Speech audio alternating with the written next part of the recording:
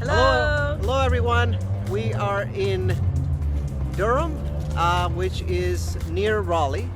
As you know, we just did the real estate trends presentation. We had 1,200 people signed up for that, and we had about 400 people watch as we announced that our personal picks for cities to invest in for this year. For the first time ever, we had a tie. In 2020, it was Raleigh and it was Charlotte. So as you can imagine, here we are. We are in Durham. We're in Durham. We're in Durham, which is part of the Raleigh-Durham Metro. That's right. So it's part of the Metro. One of the messages that we also delivered during that seminar to the 300-400 people that were on there was that often it's not the Metro that matters. It's the subsidiary cities. So in Phoenix, for example, we like Mesa, which is about 20-25 miles away, and here in Raleigh, we actually like Durham. So true to our word, here we are. We're basically touring the Metro. And so we are in Durham, and what we wanted to show you was just, for those of you that are watching right now, was just how much of a transformation this has undergone. So right behind me here, you see actually a sign. It's clearly for a tobacco company, and you might think, and this is, back to Durham's background. Remember Winston-Salem, Durham. This was a tobacco place. But what's amazing is that this area has gone through a tremendous amount of revitalization. So this is now a classy apartment complex. And next to that is a factory, this red one here, that was a Lucky Strike factory and is now about 80% office and 10% multifamily. And then they also started to build, right behind me, you see this very trendy building, and that's where they do a lot of shows. They do Broadway and all sorts of things.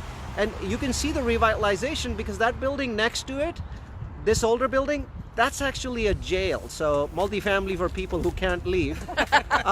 So you notice that as the revitalization happens, that's where you really want to invest, and you start seeing the city investing. So you see that this is a parking garage, but they're making it look much nicer because the city is actually making investments, and you can see rail tracks behind me. So there's public transit here. These are the sort of areas that we're investing in. This is what we're going in and looking at. And we're about to go look at our project in Durham that's a couple miles away, where we're doing something that's groundbreaking. The kind of product type, the kind of dollar numbers on a per square foot basis that we're looking at haven't been done in Durham before. But if you're wondering why we're looking in Durham, well, you simply need to look at Raleigh. Today, Raleigh is at 4% job growth. That's about 3.5 times the speed of the US in terms of job growth.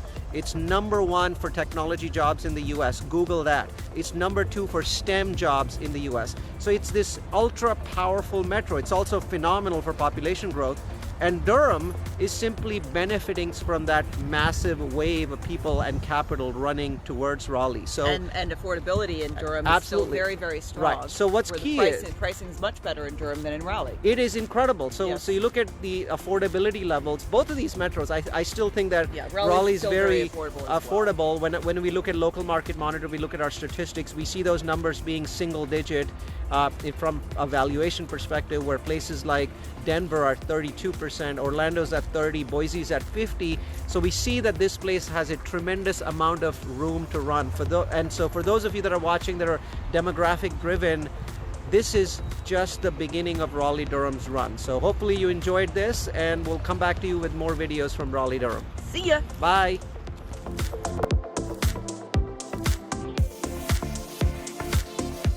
Today, I want to talk about new construction and better ways of doing new construction. Here I am at my site. This is in Durham, North Carolina, and we're building 46 contemporary townhomes on this site.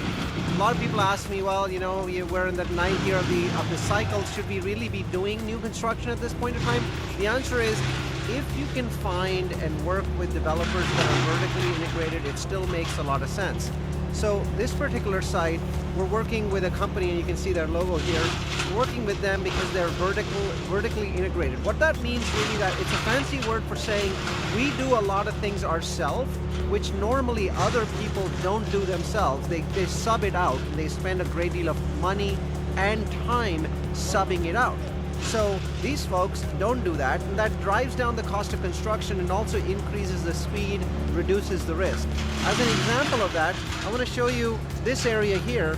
where their people are actually building this gravel. So this is the entryway into this project. So you're coming into the project from here. And they're building a gravel road at this point in time so that's crew number 1. And then there you've got crew number 2 here. And you notice that these people are basically taking rebar and forming them into those sets. So you see these sets here.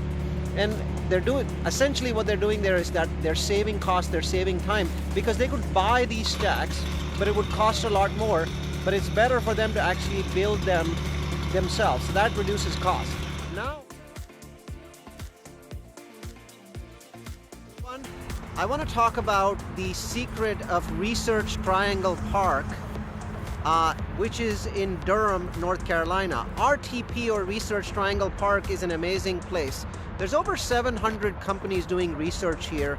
It has the highest percentage of PhDs anywhere in the United States.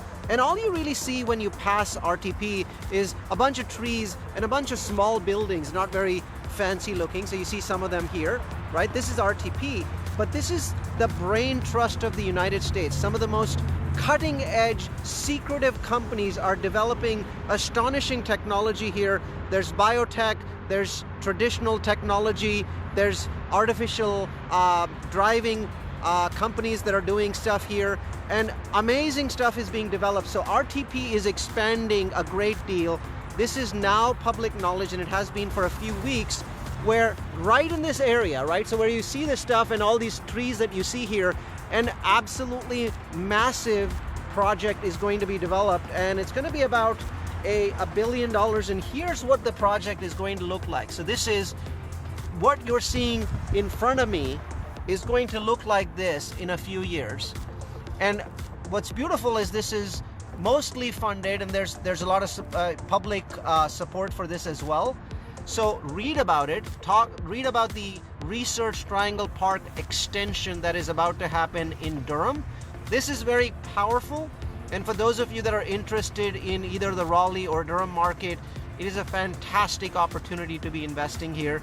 We are already invested here. We're about 2 miles away from this area, and what we are actually doing is we're not waiting for this. We've already got the tens of thousands of people that are working there, and we're developing custom Facebook audiences of those people, and we're marketing our townhomes, which will be ready in 5 months, to those people, because this is our audience. They've got the money, they've got the dollars, they've got the credit history to buy our townhomes.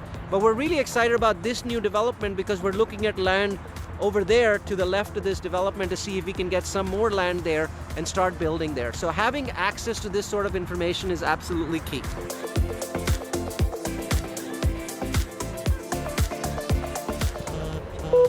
Here I am in Durham downtown, and I'm talking about how a neighborhood revitalizes. So if you look very carefully at that smokestack that's behind me, you'll notice that it says Lucky Strike. That's a cigarette company. So what they did here in Durham is that they took the Lucky Strike building, and this is actually the Lucky Strike building right behind me, and then they converted it, and look at the revitalization. It's kind of backwards for you, so I'm going to read it off. It says, Duke Corporate Education, Innovations in Healthcare, and Duke Global Health Innovation Center. So what they're doing is they're taking these old school cigarette factories that don't work anymore, and they're turning them into new sort of businesses. In this building here is Burt's Bees, which is a very popular organic brand in California, and they're headquartered in the building behind us, the red brick building behind us. What was the name of that company that got sold to Oracle?